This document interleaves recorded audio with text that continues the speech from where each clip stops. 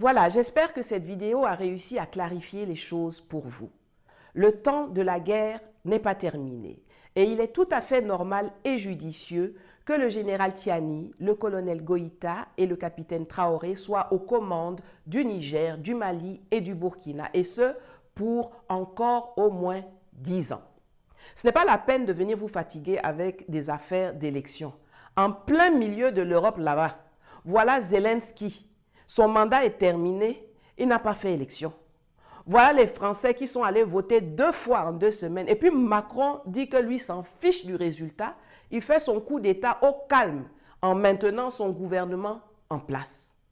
Je suggère d'ailleurs au Mali et au Niger de suivre l'exemple du Faso et d'évacuer le terme transition de la dénomination du chef de l'État.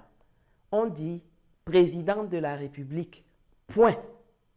Ce sont des militaires putschistes qui ont été à la base de la création de la CEDEAO il y a 49 ans.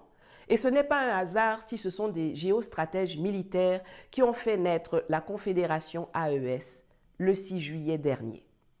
Et si vous voyez les dirigeants occidentaux s'époumoner pour la tenue d'élections et le retour de la démocratie au Sahel, c'est parce qu'ils ne redoutent rien de plus que des militaires patriotes à la tête de nos États.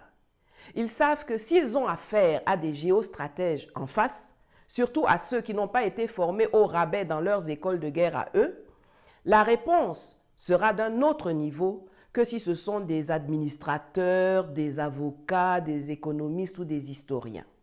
Et pourtant, chez eux, ce sont leurs militaires qui parlent, planifient et stratégisent la gestion de l'Afrique. Mais chez nous, on s'offusque que ce soit nos militaires qui gèrent l'Afrique pour leur répondre. Ils vont s'offusquer jusqu'à s'étouffer. Pian! Oui, Nathalie!